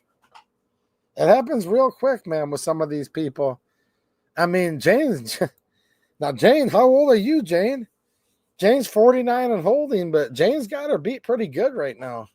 She says, well, at least I aged kind of okay. No, Jane, man, last time I saw her, I'm like, geez, she looks a little bit younger than she did a couple months ago. It's actually true. I'm like, Jane looks like she's getting a little bit younger. Lori Pohutsky just, bam. Jane's 49 and holding. Rescue Nut, she got beat extra hard with the ugly stick. I mean, these are not nice people at all. If anyone's out there being like, oh, come on, 2AEDU. Look, I said it a minute ago. I like her about, I like her. Well, I don't like her at all. I'll miss her about that much. You know what I mean? Somebody just said, well, your fingers are touching. I know. I'll miss her that much. I mean, no, in all seriousness, though, these are not good people. I mean, we're talking like literally destroying people's lives. I mean, look, guys, that's how it appears to be. I'm not going to be her judge. I'm not her maker. Okay, I'm leaving that to the boss man, but at the same time, it's not a good look, is it, James? Yeah, James was born in 1972. What did I say, 49 and holding? Well, I guess Jane's 40. What would that be, 50? She's 52 and holding. Well, all right. I tried to help you, Jane, cheat by a few years. Wait a minute. When's her birthday? Did I miss your birthday? Oh, no, January 21st. Wow, okay. Okay. Whew. Just go with the 49 and holding. You've still got Pohutsky beat. You got her beat by a mile, girl. Just go with it. I'm trying to give my girl props on here, guys. You know what I mean? Like, you don't lie, but, you know, when you're trying to give your friend some props, you can lie a little bit. You guys agree, right? We can lie a little bit with certain things. I'm like, she's 49 and holding. She's like, well, I must just go along with it, Jane. We can lie a little bit when it comes to stuff like this on New Year's with our friends. And it's only the diehards watching this late anyways. All the lightweights already tapped out, so we're good. James Kawasaki, channel member for 41 months. Wow, that's a long time, dude. I really appreciate all of the support. And he says, love God, love family, love guns, warriors unite. Yes, sir. Absolutely. Those are all good things, actually. We need to focus on good things. Yeah, there's a stairway to heaven and a highway to hell. You decide. Yeah, I mean, don't anybody think, look, we're trying to have some fun here tonight and being serious. There's like some serious stuff going on here. I'm not judging her soul. I can't judge her soul. I'm just saying, man, the more she kept just scowling and just with that gavel, I'm like, you better watch it. You better watch it, girl. She's not doing so well, in my opinion. She doesn't look very good.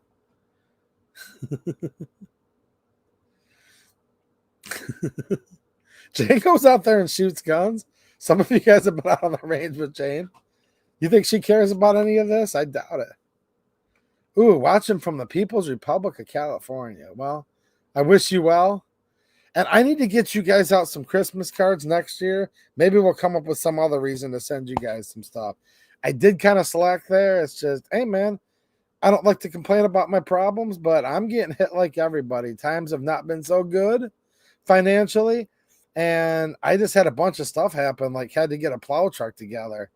I thought I was going to be out of the snow plowing business. So I do need to send you guys some more swag and stuff, which I do definitely want to. Don't think I take the channel supporters for granted at all.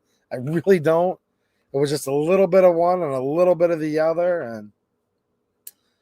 But yeah, I didn't get to really celebrate by sending you guys a Christmas card this year like I wanted to. But you guys are still on my mind, and we'll catch up to you next time. All right. Hopefully you guys had a good time tonight, and I will see you all soon. All right. Thanks for watching, and have a good one. No. I know that's what you were saying, Chanzig. I know you were. You gave me the opportunity to say, I really wish I could have got stuff together to send you guys Christmas cards. So we're good, dude. I did not take it the wrong way. I'm glad that you still enjoy your card, though. Like, thank you for telling me that. That means a lot to me, and I enjoyed sending them out to a bunch of you. So, no, dude, we're totally good, I promise. I've just been kind of keeping it to myself, and it did me good that you allowed me to vent. I'm like, man, I really wanted to send some of you guys something for Christmas this year, and, well, now you know why, but we'll catch up to you soon.